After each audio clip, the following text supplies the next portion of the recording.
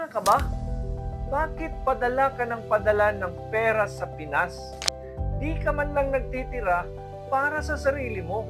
Hindi habang buhay, malusog ang ating pangangatawan.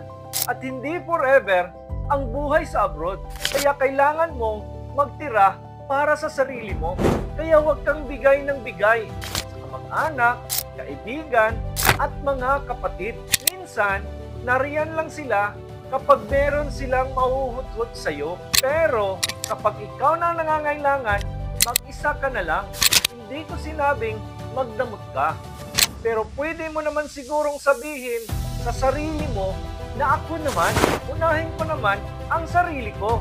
Kung gustong manood ng video ko, huwag niyong kalimutan mag-follow, like, and share.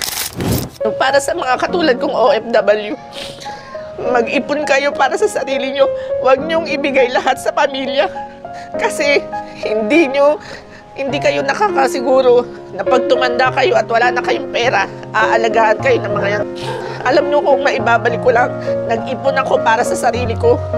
Hindi yung lahat ng kapatid ko pinag-aral ko. Lahat ako ang tumulong para makapag-abroad sila. Hanggang sa kahuli-huli ang pag-abroad ko, tumutulong ako sa kanila. Magulang ko, tinulungan ko yan. Pero nung wala na akong maibigay, para na akong basura.